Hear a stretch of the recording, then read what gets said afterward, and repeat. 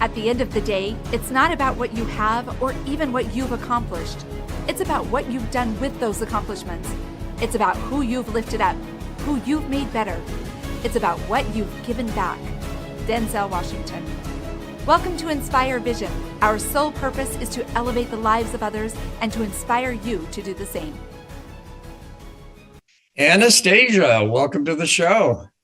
Thank you for having me. Oh, I'm glad that we got this all worked out. And folks that are listening, we struggled a little bit with our equipment today. So anyway, we're going full bore now. Anyway, would you mind just sharing with the audience your personal journey? I find it always fascinating. You are where you are now, doing what you're doing, but what was the journey that brought you to this point? Yeah, thank you, Doug. It's all credit to my journey, really. And I guess I would start by saying what started this journey. And that was in 2016, within the space of 30 days, my life as I knew just imploded, exploded, very unceremoniously when my marriage ended. I had to close my business and file for bankruptcy, and I was suffering burnout and left homeless within the space of just 30 days. And that was such a painful realization of how I was unconsciously creating my life. And I guess that's what we're going to go into today, how it was my awakening point that helped me to choose a different path that led me to where I am today. Okay, so you've really gone through some tough things. As I understand it, divorce, depression, bankruptcy, burnout. And did you burn out with your business? Well, my business was really just burning through my savings, because I guess I was on survival mode in every area of my life, and I didn't realize it. And because my relationship was, needing so much of my time and attention, I neglected taking the steps that I needed to take probably a lot sooner in my business. Everything was on autopilot, and it was like a slow motion crash waiting to happen. Wow. And, talk about change. And, I've talked about this before with folks, and it's like change can be so difficult to deal with. And I think sometimes, and hopefully we can talk about this as you work with your clients, how often you find that the fear of change affects their ability to actually do what they need to do to experience that transformation. So the other question I have is, you tend to work mainly, if not exclusively, with women. Why is that? That's true. It wasn't an intentional decision. It just kind of happened that way. And it's really interesting because when I look back at all the businesses that I've had, I've always only worked with women. Even when I was in the fashion industry, I had a slow motion or a independent fashion brand where even my makers and my craftsmen were women as well. So I think the work chose me. I didn't deliberately make that choice. And the interesting fact is as well that I have 3 brothers, and most of my friends are males. So I think this work chose me for whatever purpose. And I love it because I do believe that working with women is like working with the lifeline into a family, into a community, into society. So I'm really very honored that I get to work with women. And for that purpose, I specialize in feminine psychology as well. Okay. And what I find very interesting, and I want you to talk about this, you have developed a therapy called rapid alignment therapy. Okay. I assume that you went through your own transformation, and I don't know how many years you spent or how many months you spent really working on that. I'd like you to share, if you don't mind, be transparent with the audience, what your process was, and then how did you come up with this rapid alignment therapy? And then we'll talk later on about what it actually is. Yeah. So I'll talk about where I started on my journey in 2016 when everything went down to ground zero. I started with manifestation and mindset. That's just, at that moment in time, that was my level of consciousness. And that was what I found available to me in 2016. It was, oh, okay, thoughts become things. So if I can change my thoughts, I can change my things. I can change the life that I'm manifesting, quote unquote. And gosh, the journey from there just really sent me deeper and deeper and deeper into working not just on your thought level, so the mindset level, but understanding the quantum physics of manifestation, as well as understanding and needing for my own personal gain and benefit to go deeper into psychology and deeper into spirituality. So rapid alignment is really just a birthing of everything that I've had to learn. And it all started very fluffy and fun and surface level, and it sent me deep into the depths. I've even explored plant medicine as well, only to discover that that's definitely not the path for me. And that's not the path that I want to facilitate for other people as well. So again, I'm asking for some transparency here, and you can stop me whenever you choose to. But when you talk about mindset, and we're going to talk a little bit, hopefully, about brain patterns. But as you looked at that in your own life, did you discover that there were some mindsets, subconscious imprints, whatever that happens to be, that was literally causing you to attract the challenges that you were experiencing? Was that something that you experienced?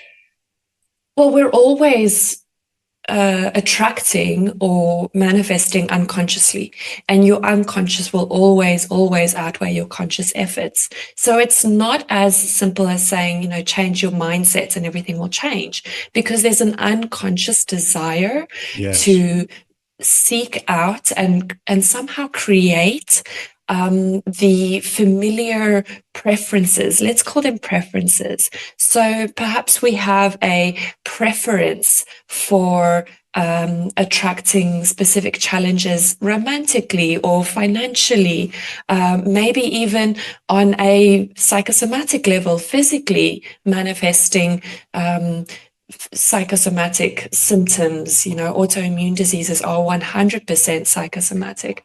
So we may have a certain inclination, and this is where, for me, it has to do with your programming. What were you programmed for? And that's your operating system. That's your baseline. And we are always living to our minimum standard, never to our maximum potential.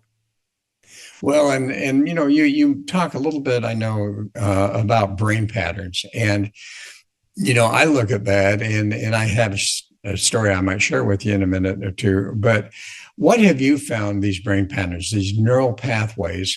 What occurs, and how are they developed, and are they, in some respects, the cause of why we experience what we're experiencing from a subconscious level?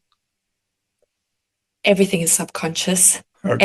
Everything is subconscious and unconscious. So yes, your brain patterns are your default neuro pathways that were created in your formative years, 0 to 7 years old. We know how important those years are, particularly when we're talking about trauma and character development. So these are the years in which you're just a sponge and life is happening to you, but your subconscious mind needs to create conclusions in order for it to make sense of the world and in order for it to make sense of your place in the world.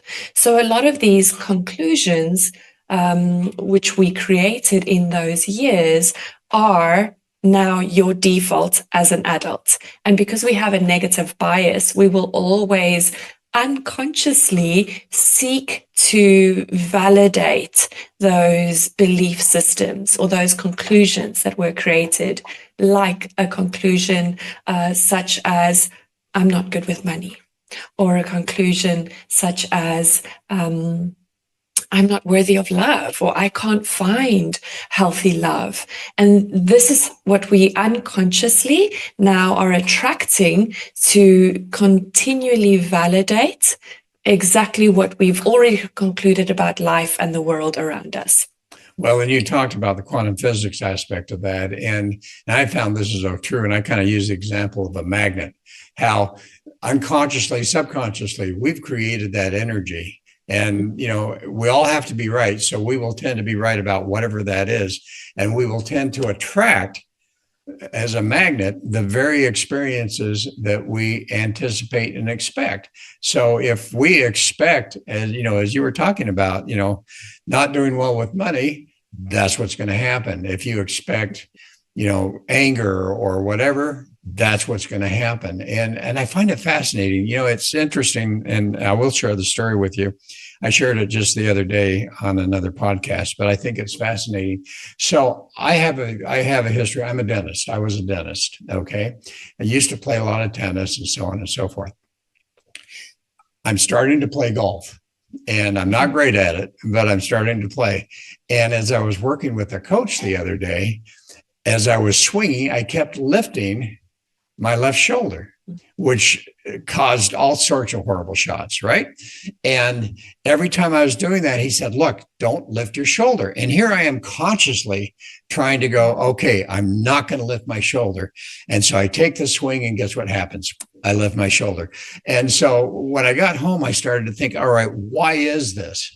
And what's the cause of that? And I realized that as a dentist, I was always sitting in a way where my left shoulder was raised because I was right-handed and working on patients. And also when I was playing tennis, because I'm right-handed, most of my swings on four swings were lifting my left shoulder. And so I literally have developed this brain pattern of lifting my left shoulder. And doggone it, it is the most difficult to overcome. And I can imagine how difficult it would be for your clients to overcome some of those brain patterns that have been with them for years. Well, Doug, maybe you need to book a session with me. We can rewire that in a single session. Thank you so much for sharing that, because that is exactly a very physical example of what happens unconsciously. And I had one of the most interesting cases, which I've had, was a client that came to me during the beginning of the pandemic. And the reason that she booked a session with me is because she had diabetes. And as a result of that, she needed to get injections into her eyeballs.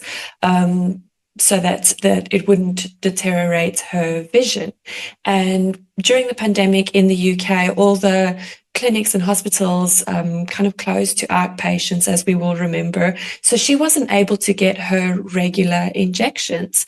And she was so terrified of her vision worsening. So we did a single session. And what we did find is when we regressed into her childhood years, this was a programming, the diabetes was a programming that was programmed into her by her mother. And that was something that her mother said to her, that everyone in our family always has diabetes. Everyone in our family always gains weight.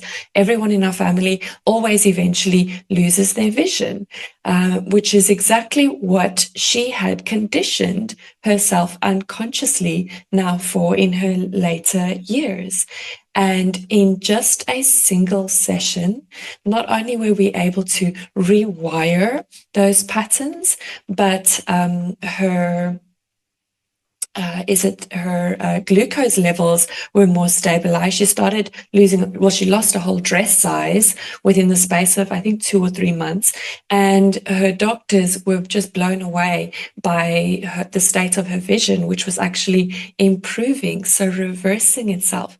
And all of that was just subconscious programming. So this really raises the question of nature versus nurture. Which one bears more weight? And how much can we program ourselves and upgrade that operating system to evolve and to ascend from what we previously have believed to be true for us? Yes, and I think that's so true. One of the things that I find interesting, I'm in Thailand, okay? And so I have found it just fascinating to study Buddhism and so forth. And as I've talked to people, as I've worked with a few people, one of the things that I find, and you talk about this a little bit, is this concept of divine alignment, this concept of who we truly are. And I asked someone, a Buddhist, just the other day, I said, so what does he talk about as far as who you are? And they couldn't answer that. And I thought to myself, it's so interesting that we have this, I'm not good with money, I'm not good enough, I can't do this, I can't do that.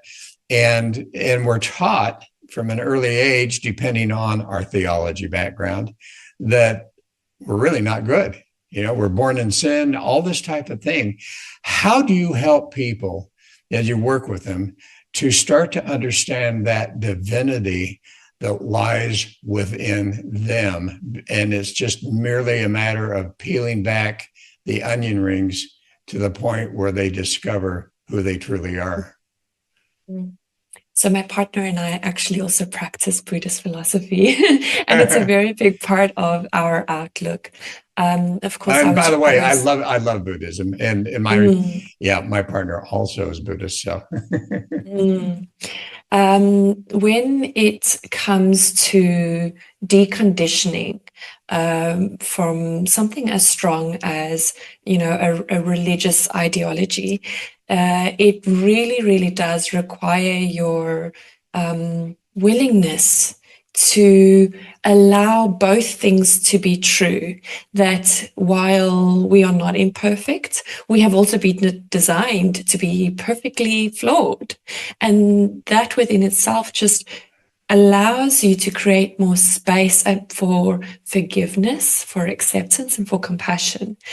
And what I have found, particularly with religious constructs, is that there is so much disconnection from yourself and so much disconnection from your innate wisdom and your God self, your ability to create as a creator. I see us all as extensions of God, just in the same way that we are all cells of the earth and we are all extensions of the earth. We are not separate from each other, and we are not separate from earth, and we are not separate from life itself. And that what is God? God is pure life force energy. And as long as you are alive, that is coursing through your veins.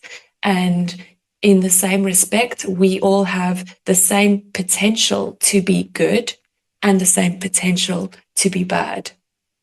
And none of those supersedes the other. It's just, what am I choosing? So particularly with religious programming, there's a lot of shame. And in my opinion, shame is not a real emotion. Shame is a manufactured emotion. If you look at the animal kingdom, the only other animal that will display shame and guilt is the domesticated dog. Why? Because it was trained by us. Why? Right, because we taught it that so that we can control its behavior.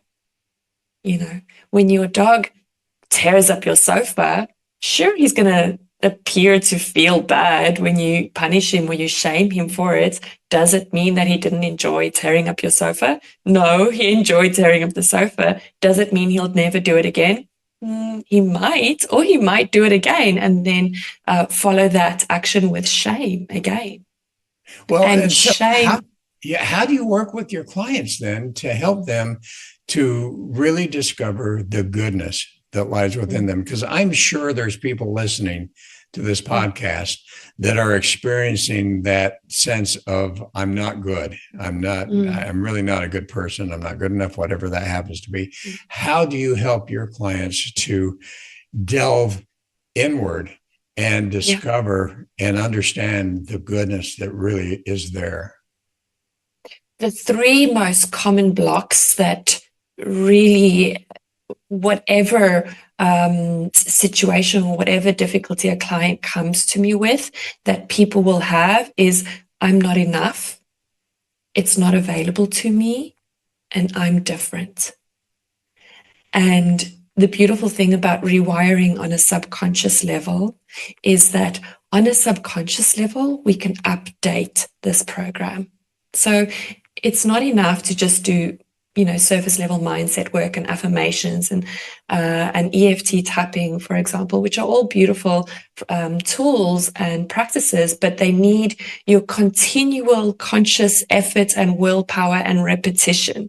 So what we are doing there is we are changing temporarily, not truly transforming on a quantum level. So we do this on a subconscious level. That's where the belief lies. So that's where we understand what role, function, or purpose it is serving by dialoguing with your subconscious mind, and then upgrading it or giving it permission to have a different preference or to allow a different narrative to also coexist.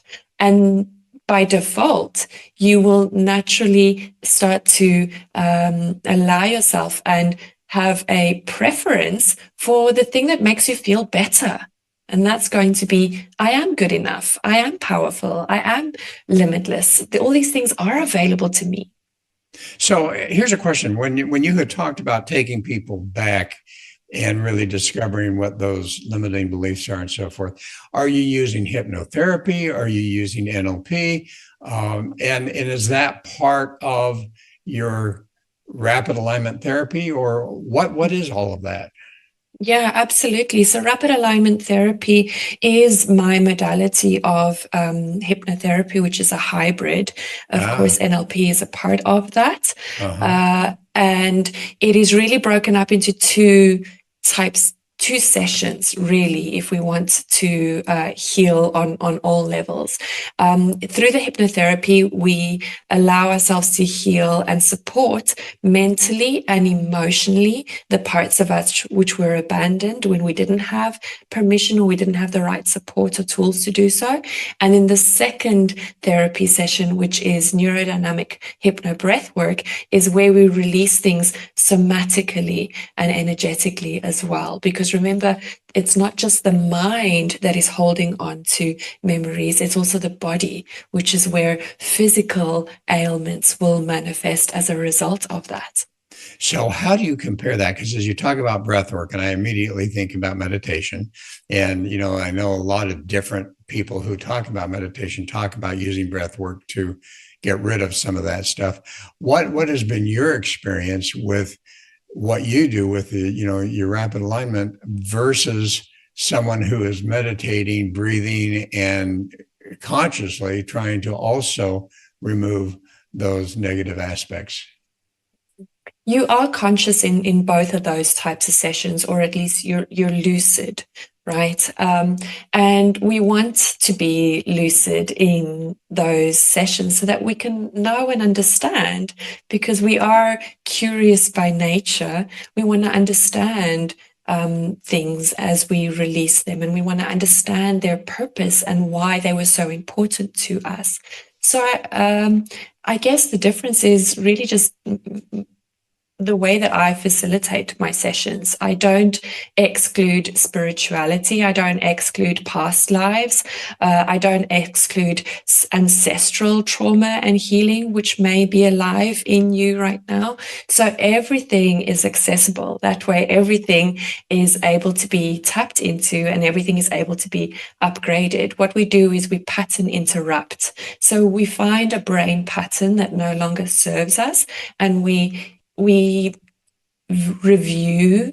We never relive. We are reviewing a pattern, and assessing its necessity moving forward. Is this a brain pattern that serves me? Is this a brain pattern that is important to me? And how can I upgrade or promote this brain pattern to something that is more expansive, to something that is so much more permissible in my life?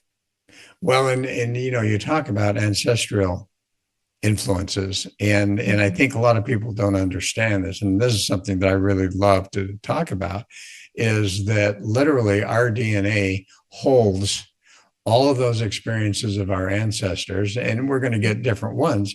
But what are some stories you can share? Any particular stories that you can share without naming names of someone who literally was affected by ancestral imprints, and how you actually help them to overcome that? Oh, yes. Immediately, someone that comes to mind is a German client that I had.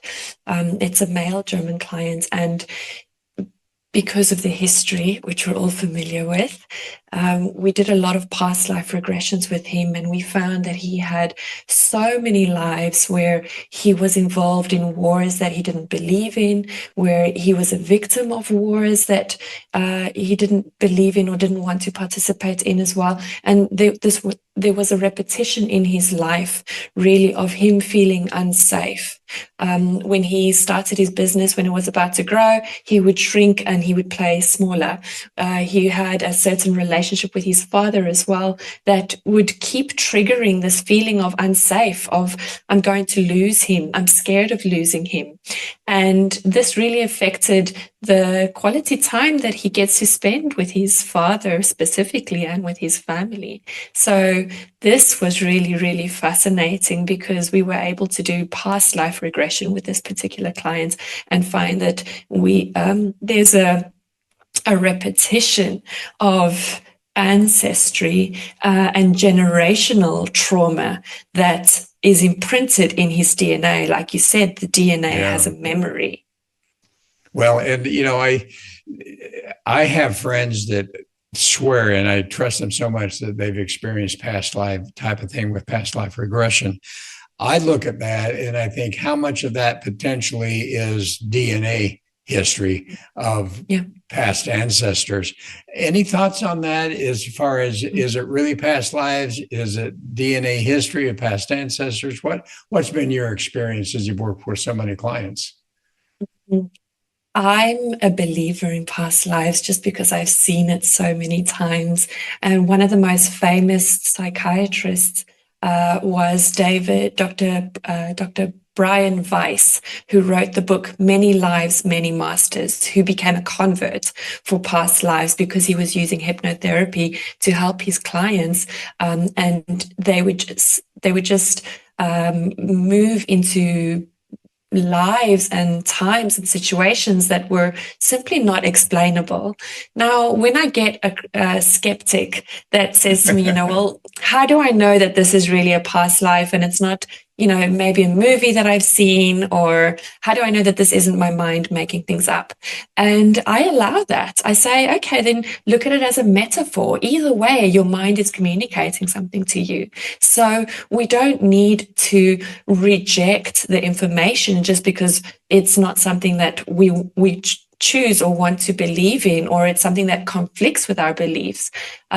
See it as a metaphor. Is it really important where it comes from, or is it important that you get a result moving forward? Amen. I love that answer. That's great. So you only work with women.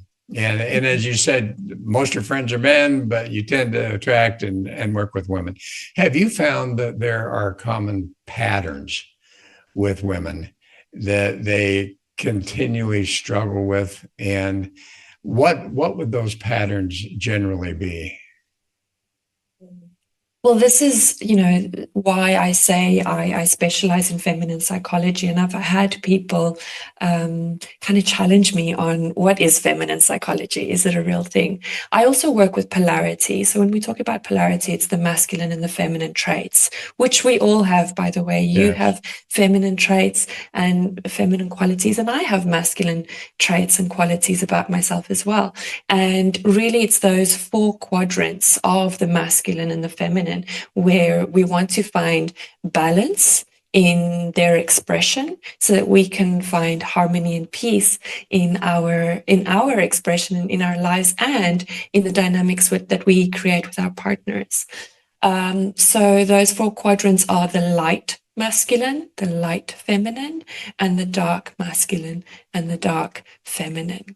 And we're able to see where we are with the expression, and are we expressing a wounded version of these traits, such as, for example, people pleasing is a wounded masculine trait, whereas chaos is a wounded feminine trait.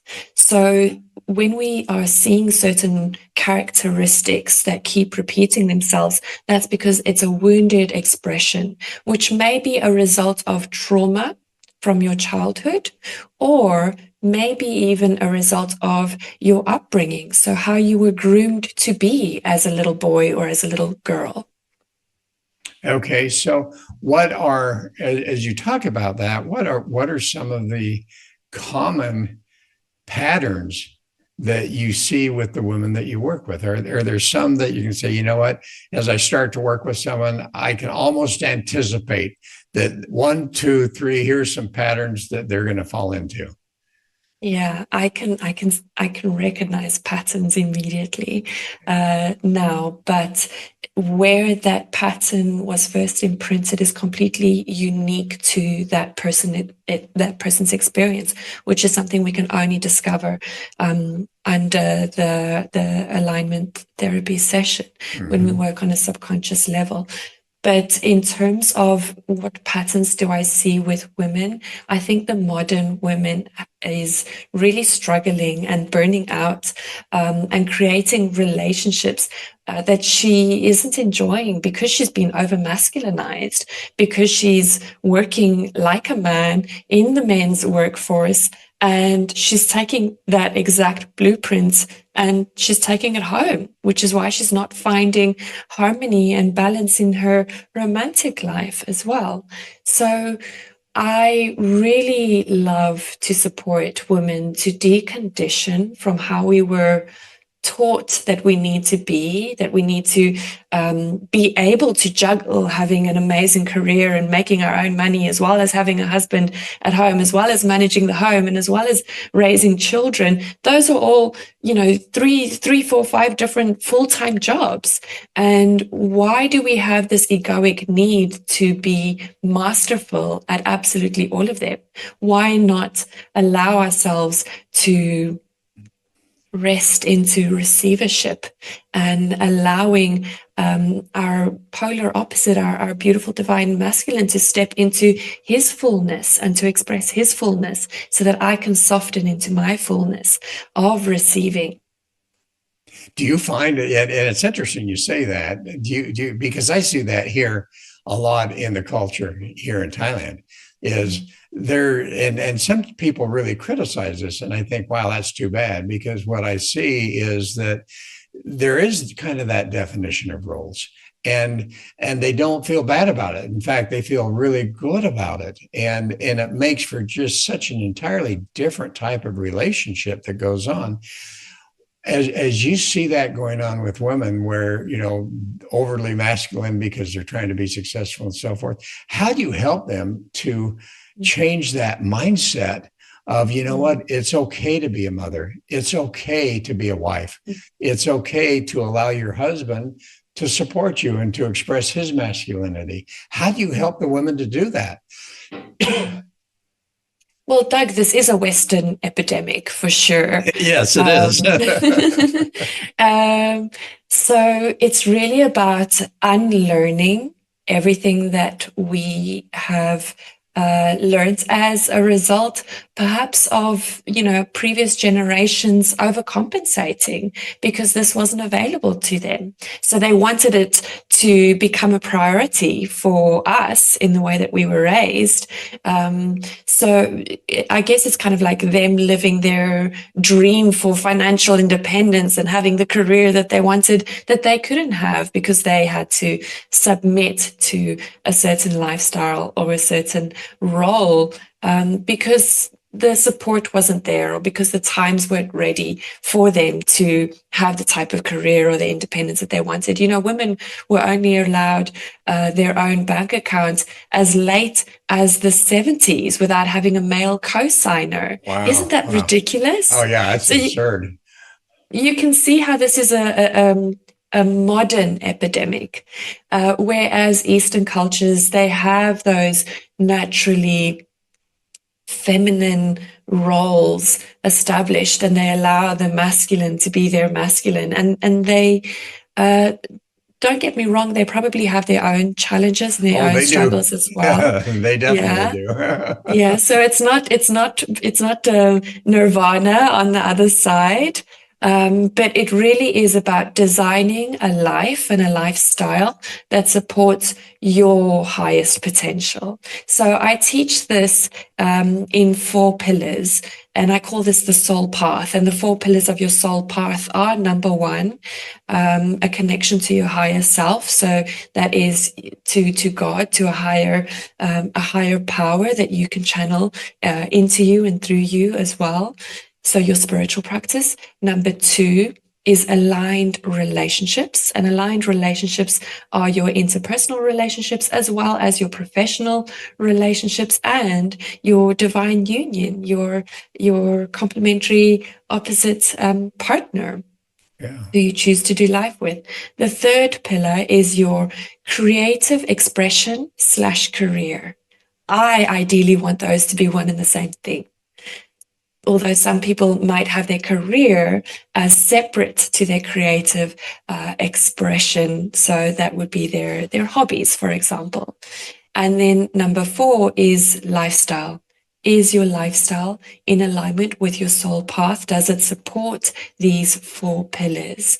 For example, if you live in the city, but your ideal lifestyle would be somewhere warm and sunny like Thailand, or for me, living in a remote village in the mountains in the Mediterranean, versus living in the city, living in London or New York, and a place that you need to have regular holidays from. You need a break from that lifestyle.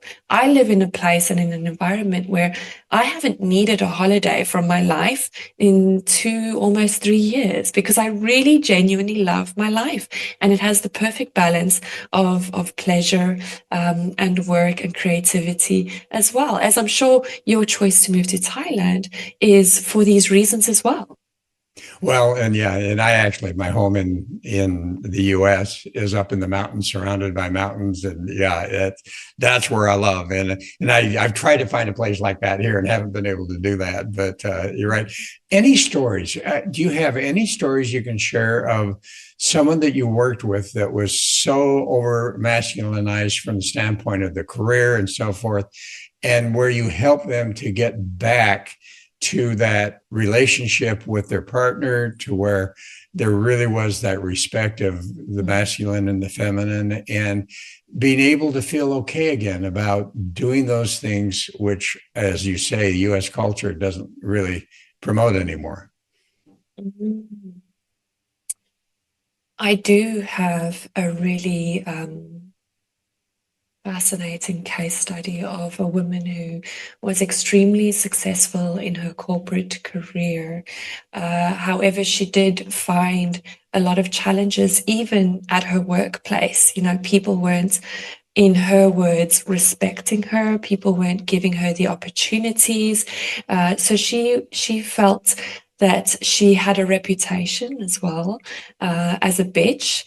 And that's because she really was over masculinized, and she was over asserting herself rather than allowing herself to receive and allowing herself to be more feminine in that work environment, simply because of the nature of the work. It was a male dominated industry that she was working in. She also was struggling to find a partnership, in her words, because men are intimidated by her success. Right. So that's another narrative that we subscribe to justify why we're struggling. Right. And it really required quite a lot of work in her deconditioning and her softening and her surrender, so that she could relearn or realign with her heart's desire. Her heart's desire was to be provided for and to have a beautiful, healthy relationship with a man who could hold her, who was strong enough for her so that she could be softer. So she was really looking for what she was being in relationship. And it does require deconditioning. So that means unlearning. Did she achieve that? She definitely has achieved it in the career perspective, in that, sorry, I just need to move locations, in that her career completely changed and the opportunities that she was being given in her work environment were changing as well. Romantically, that is something that she needs to decide is important enough for her to allow a man. And the women's main fear is that they will be disappointed. And my suggestion is let him disappoint you. Let him lead the way, even if you don't completely 100% trust his leadership, because it gives you information about how you respond. Are you naturally inclined to control? Are you naturally inclined to not trust? So that's something that you need to work with. That's a you pattern that you keep recreating and manifesting. Yeah. And there's such a difference between control and support. And, Exactly. I look at that from the perspective of how nice it would be in relationships if really you're 100% focused on how can I support that other person, and recognizing, yeah, there's the weakness and so forth, but how do you support them? And they do the same for you. And that makes such a difference. So as we're closing here, is there a special message that you would like to share with the audience? Yes, absolutely. I invite you to start dialoguing with your higher self. Instead of going to your brain to try to find the answers and the solutions, go into a deeper place where you ask for support, where you ask for the wisdom to recognize support when it appears for you, to you, and through you, in the form of strangers, in the form of opportunities, and trust that guidance. Follow it. That guidance will get stronger and that voice will get stronger the more you listen to it, dialogue with it, and follow it. Wonderful. And how do people find you? Instagram and Facebook are the places where I play the most and engage the most. So you can most definitely find me on those platforms as my name, which will be shared in the show notes. And I have a phenomenal 3-day free event, which is called the Soul Manifestation Code. And I've made this free so that it's accessible to everyone. And you will have 3 days with me where you get to explore some of the tools that I teach. And I really do highly recommend it for someone who is on their healing journey, their personal development, or self-actualization journey. Well, and with your methodology, are you able to help people remotely? Because obviously you live in a remote place. Mm-hmm. Yes, my work has always exclusively been online. So that's what I love about the nature of my work, that all we need is a good internet connection, which sometimes we don't have. But yes, absolutely. All you need is the ability to hear me, and I'm able to support you through my voice. That's wonderful. Anastasia, thank you so much. This has been fascinating.